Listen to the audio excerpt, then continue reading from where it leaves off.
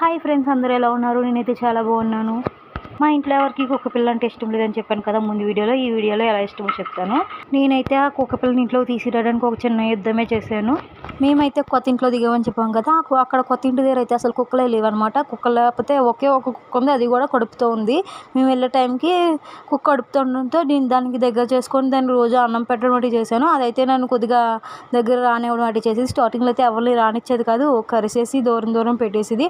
కడుపుతో ఉంటే అన్నం అన్న తినేస్తాయంట, చారుతో పెట్టినా ఏం పెట్టినా తినేస్తాయంట. నేనైతే రోజు అన్నం పెట్టడంతో ఆ కుక్కకి అయితే నేను చాలా అలవాటు అయిపోయాను. నాకు కూడా చాలా అలవాటు అయిపోయింది. కొన్ని నెలలకైతే పిల్లలు నడ్డ పెట్టేసింది అనమాట. ఆ పిల్లలు ఏవి మా సెంటరింగ్ కర్రల కింద అయితే ఉన్నాయి. మా సెంటరింగ్ కర్రల కిందే పెట్టింది ఆ పిల్లలు కూడా. అవి అయితే అలా నడుస్తూ ఉన్నాయి. ఒక 10 పిల్లలు అయితే కళ్ళు తెరిచిన తర్వాత నేనైతే చూశాను. 3 పిల్లలే పుట్టాయి. ఒకటి బ్లాక్, ఒకటి బ్రౌన్, ఒకటి వైట్. అందులో వైట్ కలర్ కుక్క అయితే నాకు చాలా బాగా నచ్చేసింది. నేనైతే ఆ వైట్ కుక్క పిల్లని ఇంట్లో తెచ్చేయాలని ఫిక్స్ అయిపోయాను. కానీ ఆ తల్లి నేను తీసుకెళ్తా డౌట్. ఎంత అన్నా అన్నం పెట్టినా కూడా కుక్క పిల్లలు అయితే ఇచ్చేది కదా. మిగతా స్టోరీ రేపు చెప్తాను ఫ్రెండ్స్. మా వీడియో నచ్చితే లైక్ చేయండి, షేర్ చేయండి, సబ్స్క్రైబ్ చేయండి. Thank you friends.